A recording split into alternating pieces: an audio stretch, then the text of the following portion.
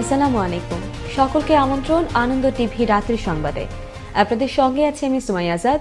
দেশে করোনা ভাইরাসে আক্রান্ত হয়ে আরও 28 জনের মৃত্যু হয়েছে। এ নিয়ে মৃতের সংখ্যা বেড়ে দাঁড়িয়েছে 6,426 জনে। এছাড়া গত 24 ঘন্টায় নতুন করে 2,419 জন করোনা ভাইরাসে আক্রান্ত হয়েছে। সোমবার স্বাস্থ্য অধিদপ্তর থেকে পাঠানো এক সংবাদ বিজ্ঞপ্তিতে এ তথ্য জানানো হয়। কুড়িগ্রামের ভুরুঙ্গামারী উপজেলার বাঁশজানি সীমান্ত দিয়ে অবৈধভাবে প্রবেশ করায় জহুরুল ইসলাম নামের এক বাংলাদেশিকে আটক করেছে বিএসএফ।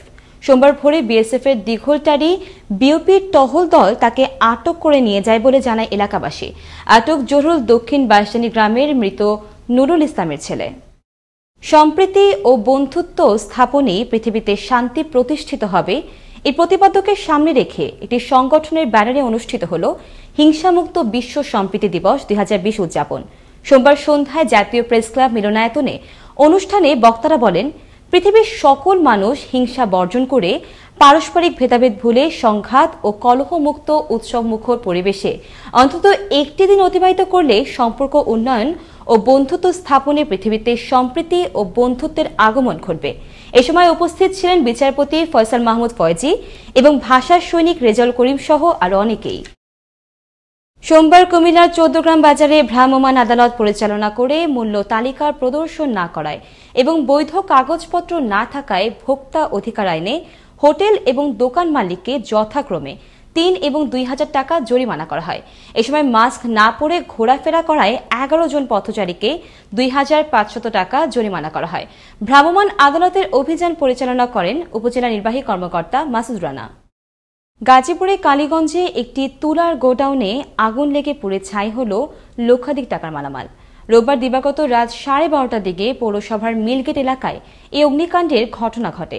পরে কালীগঞ্জ ও পলাশ ফায়ার সার্ভিসের দুটি ইউনিট প্রায় 5 ঘন্টা চেষ্টা করে আগুন নিয়ন্ত্রণে আনতে সক্ষম হয়। বৈদ্যুতিক শর্ট সার্কিট থেকে আগুনের সূত্রপাত হতে পারে বলে প্রাথমিকভাবে ধারণা করা হচ্ছে। এদিকে শরীয়তপুরেও ঘটেছে অগ্নিকাণ্ডের ঘটনা। জেলার সুরেশ্বর বাজার আগুনে পুড়ে যায় 20টি দোকান। এতে সম্ভাব্য 5 কোটি টাকার ক্ষয়ক্ষতি হয় বলে জানা যায়। মঙ্গলবার সুরেশ্বর বাজারে অগ্নিকাণ্ডের ঘটনা ঘটে। শরীয়তপুর সদর থেকে ফায়ার সার্ভিস এসে 1 ঘন্টার চেষ্টায় আগুন নিয়ন্ত্রণে আনতে সক্ষম হয়, তবে আগুনের সূত্রপাতের কারণ নিশ্চিত হওয়া যায়নি। করোনার দ্বিতীয় ঢেউ সামাল দিতে নরসিংদী মাধবদীর মেহেরপাড়া ইউনিয়ন পরিষদ প্রাঙ্গণে জেলার 71টি ইউনিয়নে একযোগে সরকারিভাবে প্রদান করা হল 39 লক্ষেরও বেশি মাস্ক। জনসাধারণের মাঝে মাস্ক অন্যান্য স্বাস্থ্য সুরক্ষা সামগ্রী প্রদানে প্রধান অতিথি হিসেবে উপস্থিত ছিলেন নরসিংদী জেলা প্রশাসক ও জেলা ম্যাজিস্ট্রেট সৈয়দা ফারহানা কাউনাইন। গাজীপুর মহানগরের তেলিপাড়া এলাকায় শরফ উদ্দিন সরকার নামের একটি জামে মসজিদে নিজস্ব ব্যাংক অ্যাকাউন্ট থাকা সত্ত্বেও মসজিদে দান করা টাকা নিজের কাছে রেখেছিলেন মসজিদ কমিটির কোষাধ্যক্ষ রনি সরকার, যে টাকার পরিমাণ ছিল 6,90,701 টাকা।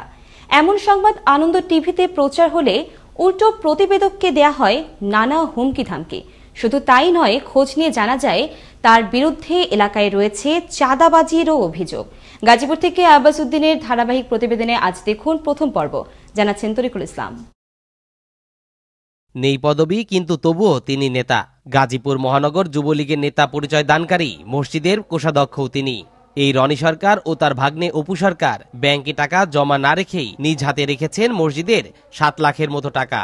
এ বিষয়ে গাজীপুর জেলা ইমাম সমিতির সভাপতি বলেন, কোন একক ব্যক্তির কাছে পকেটের মধ্যে টাকা রাখা বা অ্যাকাউন্টে টাকা রাখা ঠিক হবে না।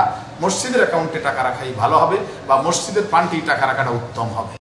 মসজিদের টাকা ব্যক্তির হাতে রাখা আইন বহির্ভূত বলে মন্তব্য করেছেন গাজীপুর জজ কোর্টের অ্যাডভোকেট তোফাজ্জল হোসেন মানি। বাংলাদেশের কোনো প্রতিষ্ঠান নাই যেখানে কিসের কাছে 5 থেকে 10,000 টাকা ক্যাশ থাকবে। এটা একটা নিরাপত্তার ব্যাপার আছে, আর অনেক বিভিন্ন অবস্থাগুলো থাকতে পারে।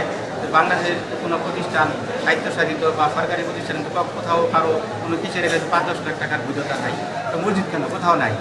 শুধু মসজিদের টাকা নিয়ে নয়-ছয় করেননি রনি সরকার, তার নামে আছে এলাকায় প্রভাব খাটিয়ে ডিশ ব্যবসা, চাঁদাবাজি ও মারধরের অভিযোগ।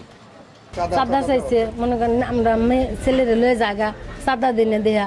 নাকি আমার ছেলে আবার দোকানে বসে রয়েছে, আমার ছেলে বলছে যে কিসের জন্য আসছে তোমরা, কারণ আমার ছেলের কোলে তোর কুবাইতে যখন খুব মারবো তখন আমার ছেলে টান্দাম লাগে। এলাকার ভিতরে যে রনি সরকার ছিল, এই রনি সরকার মনে এলাকাতে সন্ত্রাস বড় ধরনের, সে আমার দোকানে চাঁদা চাইছিল 2 লক্ষ টাকা। 2 লক্ষ টাকা চাঁদা না দেওয়াতে আমার দোকানে তারা সন্ত্রাসী করে হামলা করে।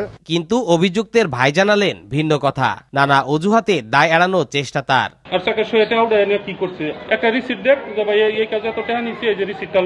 রনি সরকারের বিরুদ্ধে সত্য প্রতিবেদন প্রচার করায় নিজের দুর্নীতি ও চাঁদাবাজি আড়াল করতে হলুদ সাংবাদিক হিসেবে আখ্যা দেন গাজীপুর মহানগর প্রতিনিধিকে। এমনকি তাকে দেওয়া হয় হামলা মামলা ও প্রাণনাশের হুমকি। একটা প্রতিবেদন হয়েছিল যে উনি ব্যাংকে টাকা না রেখে হাতে টাকা রাখছিল, এইটুকু জানি, আর বেশি কিছু জানি না আমরা। যে রনি সরকারের পোলাহানা জ্ঞান করছে। গাজীপুর মহানগর যুবলীগ নেতা পরিচয় দানকারী মসজিদের টাকা আত্মসাৎ ও বিভিন্ন দোকানে চাঁদাবাজি ও লুটের ঘটনা ঘটাচ্ছে। তাই স্থানীয়দের দাবি অতি দ্রুতই আইনের আওতায় আসবে রনি সরকার। তরিকুল ইসলাম, আনন্দ টিভি, ন্যাশনাল ডেস্ক। কুড়িগ্রামের সাময়িক বরখাস্তকৃত এক এএসআইকে ইয়াবাসহ গ্রেফতার করলেন রংপুরের ভ্রাম্যমাণ আদালত। রংপুর নগরের স্টেশন রোডের ঠিকাদার পাড়ায় ভাড়া বাসায় থাকতেন বরখাস্তকৃত পুলিশের এএসআই মনিরুজ্জামান। দুপুরে জেলা প্রশাসনের নির্বাহী ম্যাজিস্ট্রেট ও মাদকদ্রব্য নিয়ন্ত্রণ অধিদপ্তর বাড়িটিতে অভিযান চালিয়ে 3198 পিস ইয়াবাসহ তাকে আটক করে। এ ব্যাপারে মাদক নিয়ন্ত্রণ আইনে মামলা করা হয়েছে। এর আগেও মাদক সেবন ও ব্যবসা করার অভিযোগে সাময়িকভাবে বরখাস্ত করা হয়েছিল গ্রেফতার হওয়া এএসআই মনিরুজ্জামানকে। নারায়ণগঞ্জের রূপগঞ্জের বীরহাটাবো এলাকার একটি মাদ্রাসা কক্ষে হামলা ও ভাঙচুর চালিয়ে 5 লাখ টাকা লুটপাট করার অভিযোগ উঠেছে স্থানীয় একটি প্রভাবশালী চক্রের বিরুদ্ধে। সোমবার সকালের অতর্কিত এমন ঘটনায় রূপগঞ্জ থানায় লিখিত অভিযোগ দায়ের করেন মাদ্রাসাটির অধ্যক্ষ। এই ছিল এখনকার মতো।